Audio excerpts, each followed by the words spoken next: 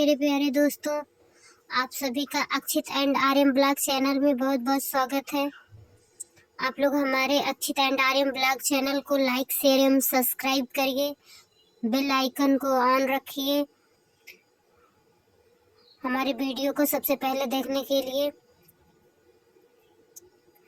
दोस्तों, मैं आप लोगों को आसान माता की कथा सुना रही हूँ। एक कथा मैं सुना दी हूँ। आप लोगों को अब अगली कथा सुनने के लिए वेट करना पड़ेगा। दोस्तों, इस कहानी में एक बहू थी, एक सास बहू दोनों घर में रहती थी। बहू जो है बहुत थोड़ा लालची टाइप की थी। उसको भूख बर्दाश्त नहीं होती थी। भूख लगती थी तो वो कुछ भी कर डालती थी। उसको भूख लग जाती थी। कोई भी पूजा पाठ का सामान हुआ या कुछ भी जूठा कर देती थी। उसको इतना भूख लगता था। तो सास आसान माता की पूजा करवाने के बारे में सोच रही थी। पूरा व्यवस्था कर ली, सब कुछ सामान जुटा ली। फिर उसके बाद कह रही हैं आसान माता की पूजा होगी। आसान माता की पूजा करने के लिए वो सारा सामान जुटाई। फिर सास सुहागन के न्योता दी थी और उन लोगों को बुलाई। इसे भेज दी, कह रही है कि जाओ तुम कपड़ा धो के नदी पे सुखवा के तब लेके आना। तो बहू सास से भी चालाक निकली। वो थोड़ा उसको भूख लग जाती थी, इसलिए वो आटा रख ली, कपड़े में बांध कर लेके चली गई। कपड़ा धुल के सुखवा के फिर उसको भूख लग गई थी तो वही पिसान के आटा मुर्दा जा रहा था, जल रहा था, तो मुर्दे के ऊपर रख दी, भौरी हो गई। और कपड़ा धुल के सुखाने के लिए डाली थी।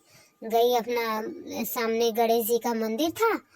गणेश जी के मंदिर में दीपक जल रहा था। कोई मतलब घी का दीपक जला के गया था।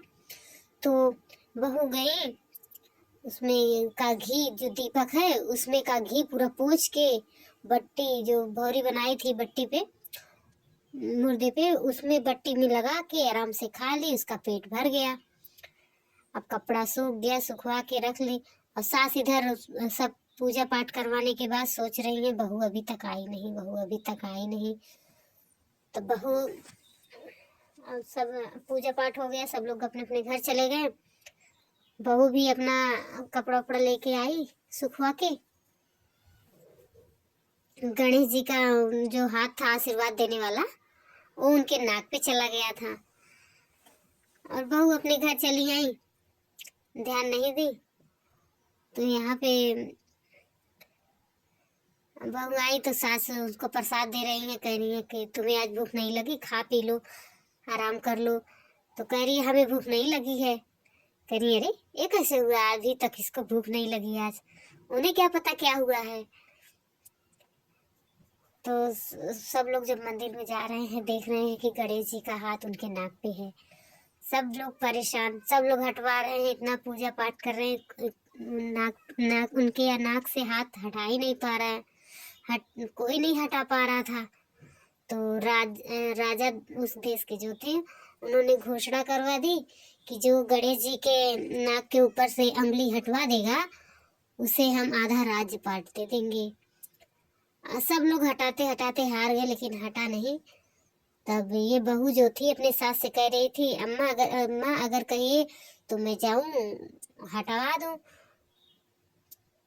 तो कह रही हाँ सब लोग हार गए, तुम जाओगे। कह राजा से पूछिए अगर हमें आधा राज पाट दे तो मैं हटवा सकती हूँ। तब ये सास सोची कि क्या पता सही कह रही हो, हटवा दे।